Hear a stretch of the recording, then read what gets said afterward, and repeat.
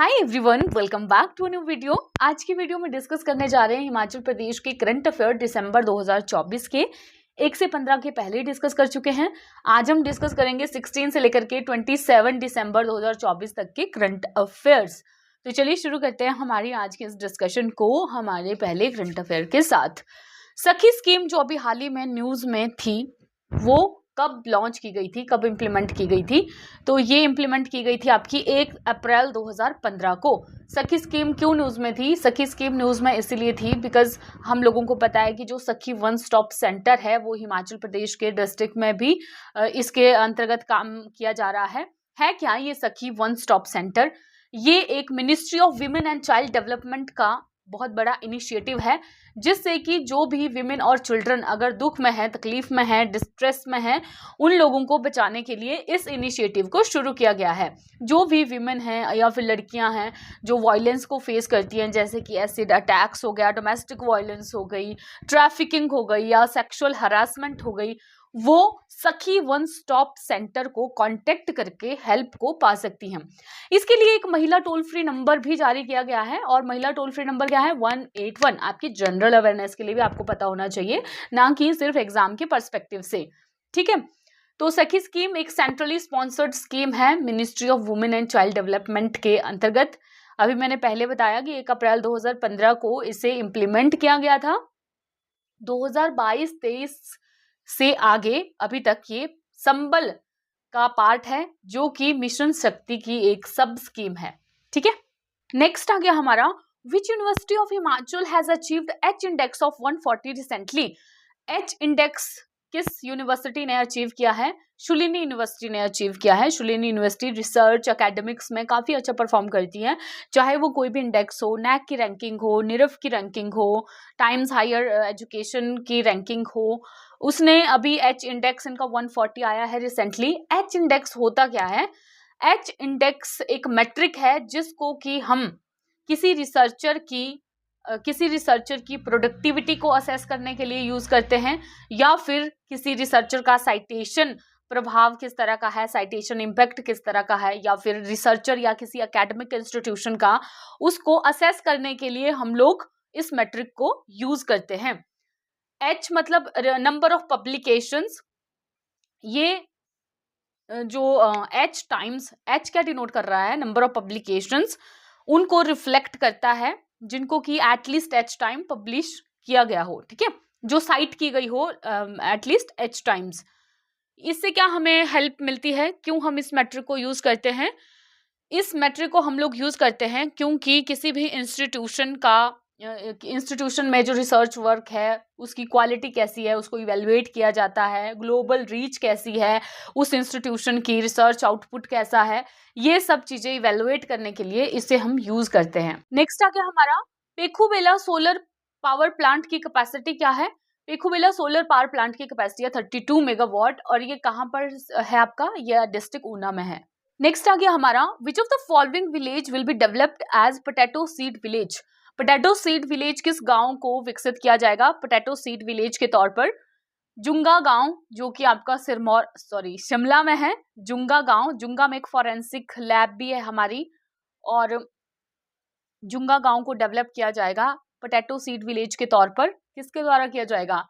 ICAR, central potato research institute. अभी ये क्या करेंगे? लोकल फार्मर्स के साथ इसी के रिगार्डिंग MOU यानी मेमोरेंडम ऑफ अंडरस्टैंडिंग को साइन करेंगे। नेक्स्ट आ गया हमारा, which university has fully digitise it's marksheet? कौन सी यूनिवर्सिटी है हिमाचल की जिन्होंने अपनी मार्कशीट्स को फुली डिजिटाइज किया है? Himachal Pradesh national law university. Digitisation क्यों की जा रही है? नेशनल एजुकेशन पॉलिसी जो 2020 में बनाई गई थी, उसको जब लॉन्च किया गया था तो उसके कुछ इन्होंने एम्स रखे थे। तो उनमें से एक चीज थी flexible student centric educational system, vision of a flexible student centric educational system. तो ये जो डिजिटाइजेशन की जा रही है मार्क्स की, ये हमारी नेशनल एजुकेशन पॉलिसी के साथ अलाइन करती है। आप किस तरह से नेशनल एजुकेशन पॉलिसी को अपने स्टेट में इम्प्लीमेंट कर रहे हो, इसके लिए भी एक एग्जाम्पल है कि हमारी जो यूनिवर्सिटीज़ हैं वो अपनी मार्कशीट में डिजिटाइजेशन ला रही है, ताकि जो स्टूडेंट हैं उनको फ्लेक्सिबल फ्लेक्सिबल और स्टूडेंट सेंट्रिक एजुकेशनल सिस्टम मिल सके। नेक्स्ट आ गया हमारा, when was Himachal Pradesh horticulture development project started. Himachal Pradesh horticulture development project को कब शुरू किया गया था? न्यूज़ में बना रहता है, ये 2016 में इसे शुरू किया गया था। अभी ये न्यूज़ में क्यों था? अब न्यूज़ में इसीलिए था क्योंकि हम जो वर्ल्ड बैंक है, जो इसे वित्त पोषित करता है, फाइनेंशियली सपोर्ट करता है, वो इस मॉडल, इस प्रोजेक्ट को पूरे वर्ल्ड में दिखाएगा एज अ मॉडल।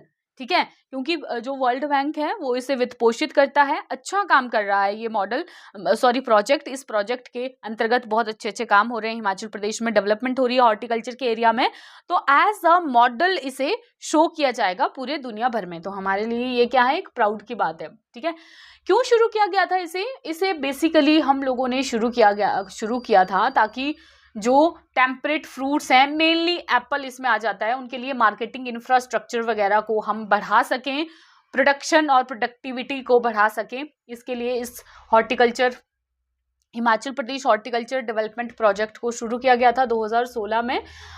वैसे इस प्रोजेक्ट को ना 19 में बंद किया जा रहा था पहले की, तब ऐसे लग रहा था कि इस प्रोजेक्ट के अंतर्गत अच्छा काम नहीं हो रहा है, लेकिन फिर उसको एक पुश दिया गया। अभी इस प्रोजेक्ट ने बहुत अच्छी हाई डिग्री ऑफ सक्सेस को अचीव किया है। जो भी इसके ऑब्जेक्टिव्स हैं, इन्हें पूरा किया है। इनके ऑब्जेक्टिव के तौर पर इस प्रोजेक्ट के अंतर्गत बहुत सारे नए सीए स्टोर्स बनाए गए हैं और जो ओल्ड वन थे उनको रेनोवेट भी किया गया है। अभी इसी से ही एक रिलेटेड फैक्ट है कि state of art fruit processing unit कहाँ पर बनाया गया है? पराला में। पराला कहाँ है ये आप मुझे कमेंट में बताओगे। ठीक है, नेक्स्ट आ गया हमारा, what is the capacity of Shanan hydro power project which was in news recently. ये हम थोड़ा सा लंबा डिस्कस करेंगे क्योंकि काफी समय से न्यूज में आ रहा है। और अब ये क्यों न्यूज में आया? क्योंकि पहले तो ये डिस्प्यूट था हिमाचल और पंजाब के बीच में, अब हरियाणा इसमें कूद गया है। क्यों कूदा है ये हम इसमें अभी जानेंगे, थोड़ी देर अभी अपनी डिस्कशन में जानेंगे। सबसे पहले ये जान लो कि Shanan hydro power project 110 megawatt का है। कहां पर है ये? जोगिंदरनगर में है। न्यूज में इसीलिए आया हुआ था बिकॉज हरियाणा भी अब कह रहा है कि भाई क्लेम कर रहा है शेयर को शानन हाइड्रो पावर प्रोजेक्ट में अपना शेयर क्लेम कर रहा है। अभी आप लोग सोचोगे कि हरियाणा क्यों क्लेम कर रहा है, हरियाणा का क्या लेना देना है? जैसे कि जब स्टेट रीऑर्गेनाइजेशन एक्ट 1966 पास नहीं किया गया था, तो उससे पहले हम पंजाब और हरियाणा एक ही पार्ट थे उस समय पर। तो जो स्टेट रीऑर्गेनाइजेशन एक्ट 1966 का है, इन्होंने बोला था उस समय पर कि पंजाब के जो भी रिसोर्सेज हैं उनको बांटा जाएगा। ठीक है, तो इसीलिए हरियाणा अब उसको क्लेम करने के तौर पर आ गया है आगे कि मुझे भी मेरा शेयर दे दो। स्टेट रीऑर्गेनाइजेशन एक्ट के अंतर्गत उस एक्ट में ये भी बताया गया था कि जब ये लीज एग्रीमेंट मार्च 2024 में एक्सपायर हो जाएगा तो हिमाचल प्रदेश की जो गवर्नमेंट है वो राइटफुल ओनर बनती है शानन पावर प्रोजेक्ट की। तो इसी के रिगार्डिंग ये है, पंजाब कह रहा है अब कि भाई हम नहीं देंगे इसको वापस, हिमाचल कह रहा है हमें ये वापस चाहिए। पंजाब ने क्या किया हुआ है, सुप्रीम कोर्ट पहुंचे हैं ये आर्टिकल 131 के अंतर्गत। आर्टिकल 131 क्या है? आर्टिकल 131 में आता है आपका ओरिजिनल जुरिस्डिक्शन, जिसमें सुप्रीम कोर्ट केसेस सुलझाता है दो स्टेट्स के बीच में। लेकिन हिमाचल प्रदेश क्या कह रहा है? हिमाचल प्रदेश का स्टैंड ये है कि शानन हाइड्रो पावर प्रोजेक्ट कभी भी ट्रांसफर टेरिटरी का पार्ट नहीं था। सो हरियाणा का तो सबसे पहले कोई लोकल स्टैंड आई नहीं बनता है। सेकंड बात, ये जो ओरिजिनल जुरिस्डिक्शन के अंतर्गत इस केस को देखा जा रहा है तो वो भी सुप्रीम कोर्ट का नहीं बनता है, क्योंकि दो स्टेट के बीच में डिस्प्यूट ये है ही नहीं। अब आप बोलोगे कि किस तरह से ये चीज नहीं है, दो स्टेट के बीच में डिस्प्यूट क्यों नहीं है ये? क्योंकि एक्चुअल में जब ये ट्रीटी साइन हुई थी ना, उस समय पर एग्रीमेंट जब ये साइन हुआ था तो पंजाब उसका सिग्नेटरी था ही नहीं। पंजाब क्यों नहीं था सिग्नेटरी? लीज एग्रीमेंट कब साइन हुआ था? लीज एग्रीमेंट साइन हुआ था 1925 में। उस समय मंडी के राजा जोगिंदर सेन थे और ब्रिटिश गवर्नमेंट की तरफ से कर्नल बीसी बेट्टी थे, जो वाइसरॉय के बिहाफ पर जिन्होंने इस एग्रीमेंट को साइन किया गया था।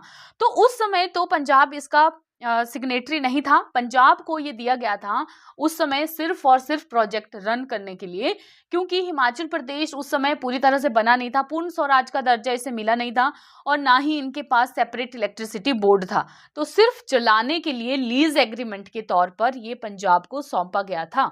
तो पंजाब सबसे पहले तो सिग्नेटरी है ही नहीं। ठीक है, और पंजाब सिग्नेटरी नहीं है।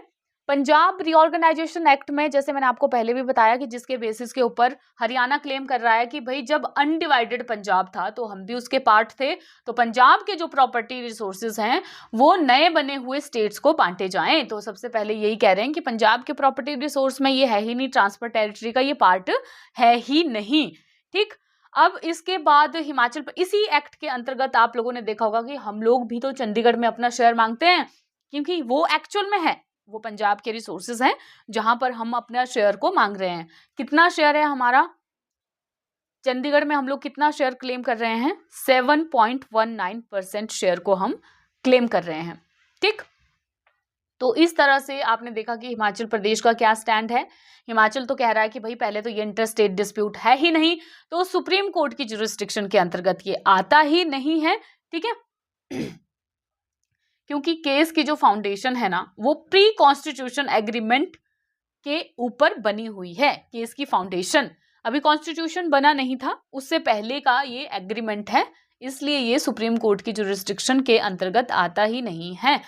ठीक, सेकंड, ये ट्रांसफर टेरिटरी का पार्ट है ही नहीं। इंडिपेंडेंस से पहले इस प्रोजेक्ट से कहां कहां पर इलेक्ट्रिसिटी की सप्लाई होती थी?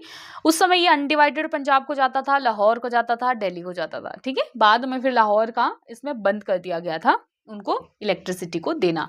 तो ये सारा का सारा डिस्प्यूट है जो चल रहा है, और हिमाचल प्रदेश की जो गवर्नमेंट है वो लगातार एफर्ट कर रही है कि किसी भी तरह से इन लोगों को ये शानन हाइड्रो पावर प्रोजेक्ट का ओनरशिप मिल जाए, ताकि हमारे प्रदेश में हम खुद रेवेन्यू को जनरेट कर सकें। सेकंड, पंजाब जो है इसकी अच्छे से मेंटेनेंस भी नहीं कर रहा है। पंजाब की तरफ से इस बोर्ड की वो फायदा तो ले रहे हैं लेकिन इसकी मेंटेनेंस अच्छे से नहीं कर रहे हैं। तो ये सारा का सारा था हमारा शानन हाइड्रो पावर प्रोजेक्ट के ऊपर। नेक्स्ट आ गया हमारा, कौन सी यूनिवर्सिटी है हिमाचल प्रदेश की जिसे कि नेचुरल फार्मिंग के 7 सेंटर्स में से एक को सिलेक्ट किया गया है। अभी जो हमारा देश की गवर्नमेंट है वो क्या कर रही है, पूरे भारत में नेचुरल फार्मिंग को प्रमोट कर रही है, और हमने देखा था कि हमारा जो मॉडल है नेचुरल फार्मिंग का, उसे राष्ट्रीय मिशन के तौर पर as a model NITI Aayog पूरे देश में बता रहा है। और अभी उसमें कुछ एक यूनिवर्सिटीज़ को सिलेक्ट किया गया है कि जिन्हें नेचुरल फार्मिंग का सेंटर बनाया गया है। उनमें से एक हमारी हिमाचल की यूनिवर्सिटी है, doctor Y S. Parmar university of horticulture and forestry, non university. ठीक, नेशनल मिशन न्यूली लॉन्च्ड है, इसी के अंतर्गत ये चीज की जा रही है। National mission on natural farming क्या है? ये सेंट्रली स्पॉन्सर्ड स्कीम है, यूनियन मिनिस्ट्री ऑफ एग्रीकल्चर और फार्मर वेलफेयर ने ये शुरू की है। टोटल आउटले इसके लिए कितना है? 2481 करोड़ रुपए का है। नेक्स्ट हमारा आ गया इंदिरा गांधी प्यारी बहना योजना को कब लॉन्च किया गया था? तो इसे लॉन्च किया गया था 25 जनवरी 2024 को। हमने देखा था कि स्कीम के अंतर्गत महिलाओं को, जो कि 18 से 59 ईयर्स के बीच में महिलाएं हैं, उनको 1500 रुपए दिए जा रहे थे। उसके लिए एक पर्टिकुलर क्राइटेरिया रखा गया था, इनकम का क्राइटेरिया। उसके लिए इनकम का नहीं, उसके लिए एक पर्टिकुलर क्राइटेरिया रखा गया था, जिसके तौर पर हर परिवार की जो एलिजिबल महिलाएं हैं उनको 1500 रुपीज दिए जाएंगे। सबसे पहले इसे लाहौल स्पीति के काजा में शुरू किया गया था। ठीक है, नेक्स्ट हमारा आता है ग्रीन एनर्जी स्टेट बनाने का हिमाचल प्रदेश ने कब तक का टारगेट रखा है? ग्रीन एनर्जी स्टेट बनाने का टारगेट रखा है 31 मार्च 2026 तक। ग्रीन एनर्जी स्टेट बनाने के लिए हमारी जो गवर्नमेंट है वो क्या क्या स्टेप ले रही है? आप लोगों को पता ही है कि सोलर एनर्जी को बढ़ावा दिया जा रहा है हिमाचल प्रदेश में, ताकि हम ग्रीन स्टेट बन सकें। तो उसके लिए सब्सिडी भी दी जा रही है। अगर आप अपनी प्राइवेट लैंड के ऊपर सोलर पैनल्स को इंस्टॉल करते हो जिनकी कैपेसिटी 500 किलोवाट्स तक की है, तो आप लोगों को 50% की सब्सिडी उसमें दी जाएगी। इसके साथ बोरवेल वेल वगैरह हैं, उनको बनाने के लिए भी 50% की सब्सिडी आपको दी जाती है। इसके साथ ही और क्या क्या स्टेप्स लिए जा रहे हैं? ई व्हीकल्स के ऊपर हम काफ़ी ज़्यादा इंपॉर्टेंस दे रहे हैं। ई स्कूटी, जैसे ई स्कूटी के लिए हम 25,000 रुपये की सब्सिडी ई स्कूटी के लिए 25,000 रुपये तक की सब्सिडी दी जा रही है। ई टैक्सी के लिए 50% की सब्सिडी दी जा रही है। 6 और भी नई नई स्कीम्स हिमाचल प्रदेश की गवर्नमेंट ने लॉन्च की थी। अभी इनका कार्यकाल हुआ था एक्चुअली 2 साल का पूरा ना, तो उसमें कुछ इन्होंने बताया था कि भाई देखो ये हमने नई नई स्कीम्स को शुरू किया है हिमाचल प्रदेश में डेवलपमेंट लाने के लिए, जिसमें कि मैक्स सारी को ही हम पहले वैसे डिस्कस कर चुके हैं, एक बार मैं रिवाइज करवा देती हूँ। हिमभोग आटा है, हिमभोग आटा क्या है, मक्की का एक ब्रांड है। एमएसपी हाईएस्ट दे रहे हम 40 किलोग्राम मेज के लिए 40 rupees per kilogram, 30 rupees per kilogram wheat के लिए।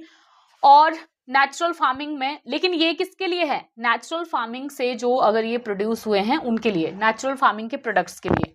कितने फार्मर्स एंगेज हुए हैं हिमाचल प्रदेश में नेचुरल फार्मिंग के अंतर्गत, 1.9 लाख फार्मर्स 35,000 हेक्टेयर्स के ऊपर हिमाचल प्रदेश में नेचुरल फार्मिंग को कर रहे हैं। नेचुरल फार्मिंग को बढ़ावा देने के लिए एक तो हमारी पहले ही P3KY प्राकृतिक खेती खुशहाल किसान योजना, उसके साथ ही जो अभी वाली गवर्नमेंट है इन्होंने भी एक बूस्टिंग स्कीम को शुरू किया है, Rajiv Gandhi natural farming startup scheme को।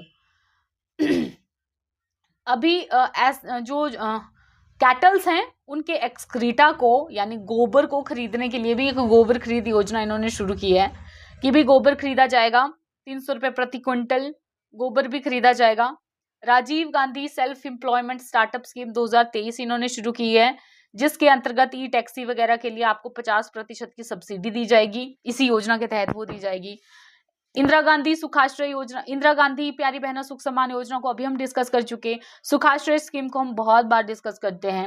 HP शिवा प्रोजेक्ट को भी बहुत, मतलब ये आता ही रहता है न्यूज में, 1292 करोड़ रुपए का प्रोजेक्ट है, 6000 हेक्टेयर को कवर करेगा। ठीक, डायरेक्टली इस तरह से एग्जाम में पूछा भी गया था, अलाइड वाले एग्जाम में। नेक्स्ट आ गया हमारा district good governance index.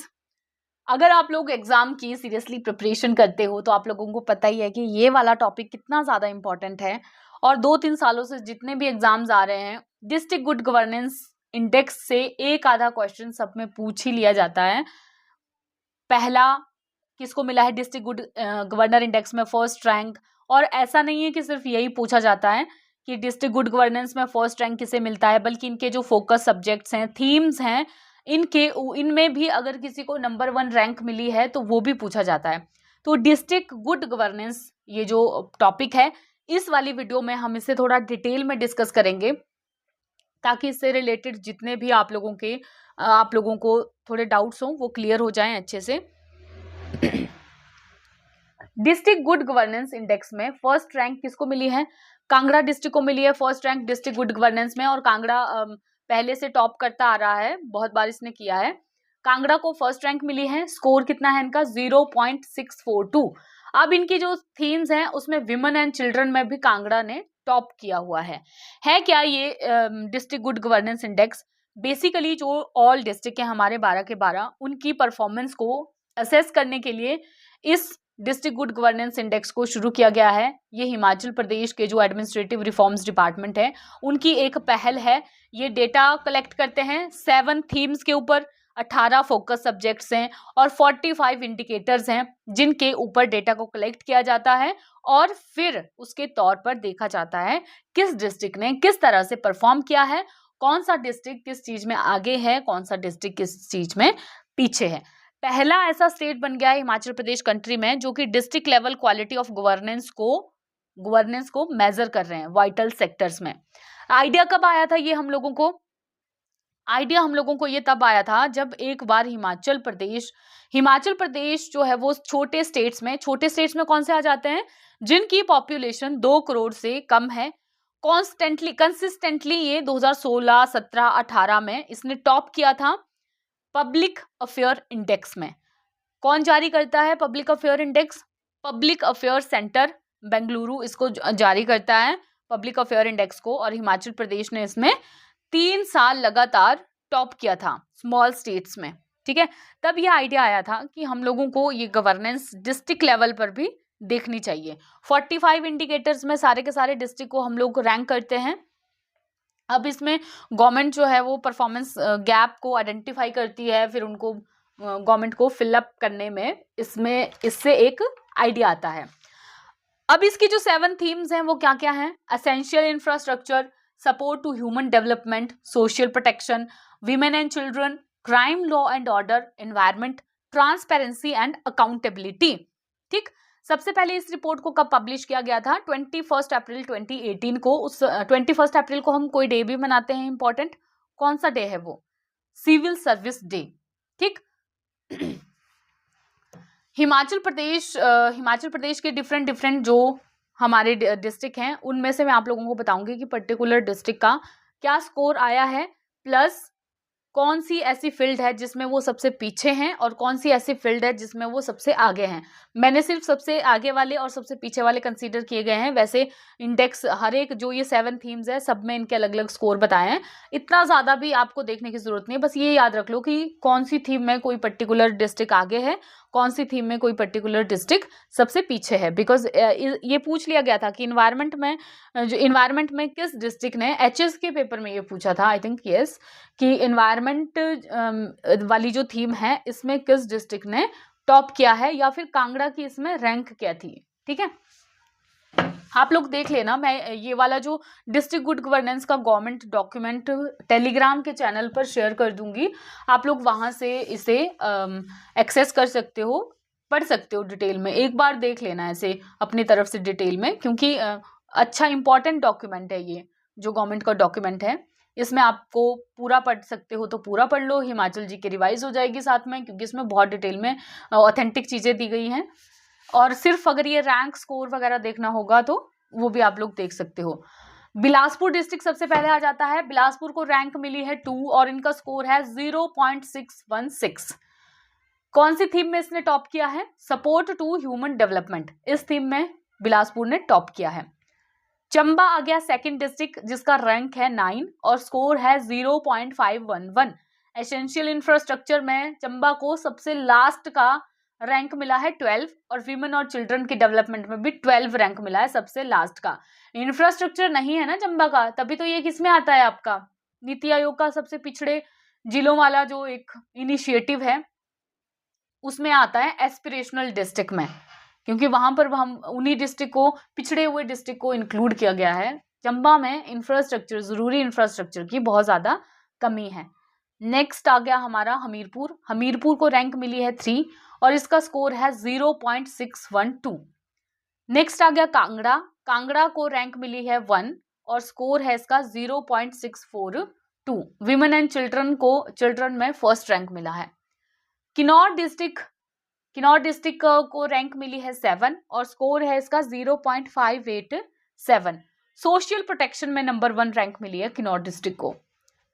Kullu district को रैंक 8 है, ओवरऑल रैंक इसकी 8 है और 0.533 इसका स्कोर है। एनवायरमेंट में सबसे लास्ट मिला है कुल्लू डिस्ट्रिक्ट को एनवायरमेंट थीम में। लाहौल एंड स्पीति को 6 रैंक मिला है ओवरऑल, स्कोर है इनका 0.604। 2 में इन्होंने टॉप किया है, crime law and order, environment में। ठीक है, 2 में इन्होंने टॉप किया है लाहौल एंड स्पीति ने। Crime and law and order वहां पे अच्छा ही होता है लाहौल स्पीति में। नेक्स्ट आ गया मंडी डिस्ट्रिक्ट। मंडी को मिला है 5 रैंक और स्कोर है इनका 0.606। ट्रांसपेरेंसी एंड अकाउंटेबिलिटी में 1 रैंक है मंडी का, ट्रांसपेरेंसी और अकाउंटेबिलिटी में। शिमला को मिला है सबसे लास्ट रैंक 12, स्कोर कितना है 0.426। सपोर्ट टू ह्यूमन डेवलपमेंट इसके लिए भी लास्ट मिला है 12। सोशल प्रोटेक्शन के लिए भी 12 मिला है। ट्रांसपेरेंसी एंड अकाउंटेबिलिटी के लिए 12 मिला है। सिरमौर डिस्ट्रिक्ट को 11 रैंक मिला है और ओवरऑल रैंक 11 है, स्कोर है 0.508। इकोनॉमिक परफॉर्मेंस के लिए भी इसको 12 मिला है। सोलन को मिला है रैंक 10, स्कोर है 0.509।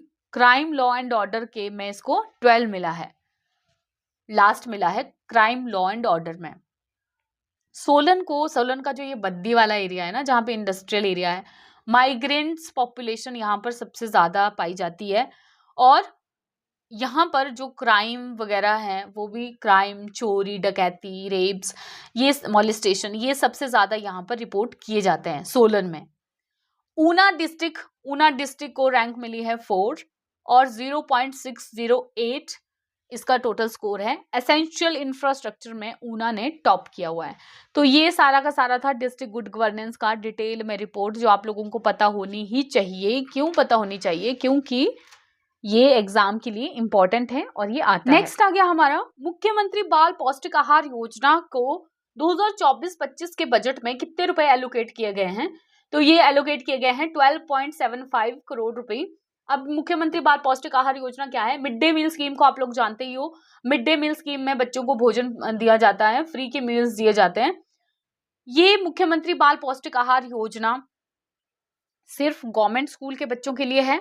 नर्सरी से 8 तक के बच्चों को उनको क्या किया जाएगा? इस स्कीम के अंतर्गत वीक में एक बार एग्स दिए जाएंगे, बॉइल्ड एग दिए जाएंगे और फ्रूट्स दिए जाएंगे। 2024-25 के लिए हमने 12.75 करोड़ रुपए इसके लिए दिए हैं। एक और इसी से रिलेटेड है free tablet scheme. Himachal Pradesh की गवर्नमेंट ने एक फ्री टैबलेट स्कीम भी शुरू की है प्राइमरी स्कूल के जो टीचर्स हैं उनके लिए। ठीक है, नेक्स्ट आ गया हमारा शिंकुला टनल की लेंथ कितनी है? शिंकुला टनल की लेंथ है आपकी 4.1 किलोमीटर। न्यूज में क्यों आया हुआ था ये? न्यूज में ये इसीलिए आया हुआ था बिकॉज जो सर्वे ऑफ इंडिया टीम है इन्होंने सारचू को विजिट किया था ताकि यहाँ पर एक जो बॉर्डर डिस्प्यूट है उसको ये रिजॉल्व कर सके। किसके बीच में ये बॉर्डर डिस्प्यूट है? हिमाचल प्रदेश लद्दाख सारचू के पास, शिंकुला लाहौल और कारगिल के बीच में, शिंकुला के पास लाहौल और कारगिल के बीच में डिस्प्यूट है, बॉर्डर डिस्प्यूट, इसको रिजॉल्व करने के लिए। और Shinkula tunnel very much important, अभी एचएस के पेपर में पूछा गया था 2 स्टेटमेंट जो शिंकुला टनल से रिलेटेड थी। कितनी हाइट पर ये है? 2 स्टेटमेंट्स दी गई थी इसके बारे में। तो 16,580 फीट की हाइट पर ये है। निम्बू पदम दारचा रोड लिंक के पास ये है और 4.1 किलोमीटर इसकी लेंथ है। कौन काम बना रहा है इसको? बॉर्डर रोड ऑर्गेनाइजेशन BRO इसे बना रहा है। 1681.5 करोड़ रुपीस का इस पे खर्चा किया जा रहा है। तो ये थे हमारे आज के करंट अफेयर्स। जल्दी मिलेंगे एक नई वीडियो के साथ।